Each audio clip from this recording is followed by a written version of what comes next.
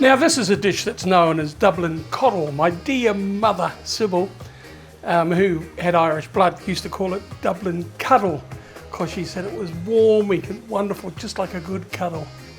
She was a sweet lady, my mother. Loved her dearly. Anyway, lived until she was 93, I think. So she had a good life. She really did. First of all, the sausages. What I've done with those, if you have a look there, is I have just poached them in simmering water until they're firmish to the touch.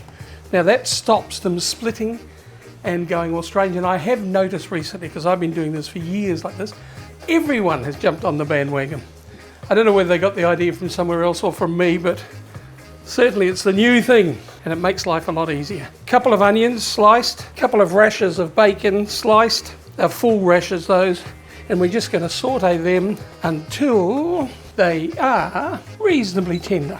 And we will add a bit of salt to that. I will show you something that's a bit tricky later on, but we'll wait until we've got all this stuff ready. And now what we're going to do is just put in some Savoy cabbage. Please, Savoy. Actually, I'm always disappointed that we don't get that beautiful green cabbage that's green right through. Now, Savoy is about as close as we get to it.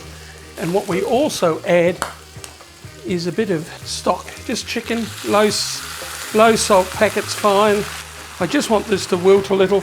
All right, this is looking good, guys. Still nice and crisp. Now comes the secret thing. I told you I had something secret. I've been cooking some potatoes in the oven in a tray. As you can see, they're starting to get a bit of colour. They don't have to get too much colour. I put them in a tray with a bit of chicken stock and some seasonings. Now the chicken stock you don't want to cover, but you know, almost. I think I've made enough cabbage and bacon for about 30. And just wipe that out.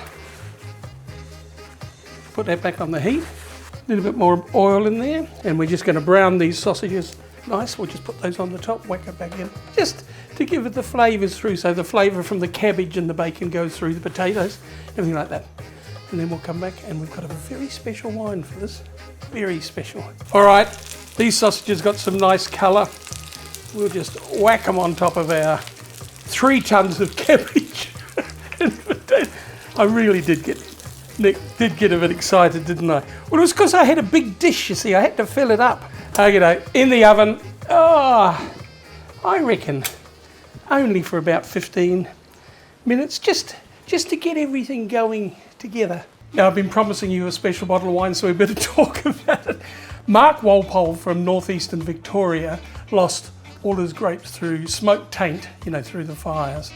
So he rang up a mate in Chianti and asked him if he could help him out, and he sent out a few barrels of Chianti, which he bottled in his vineyard, Fighting Gully Road, that's the one.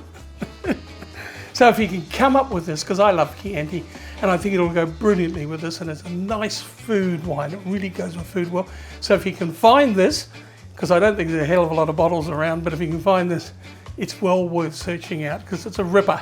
It's a Chianti, a genuine Chianti, but bottled in Australia. Anyway, let's have a look at our Dublin Coddle, which is looking rather good. Good dollop of mustard, some chopped herbs, glass of Chianti. I mean, what more does a man need? Beautiful sausages. They're just nice pork sausages with a little bit of fennel in them. The potato mix and oh, don't go on about it, Ian. People are getting sick to death of you saying how wonderful it is. But it is.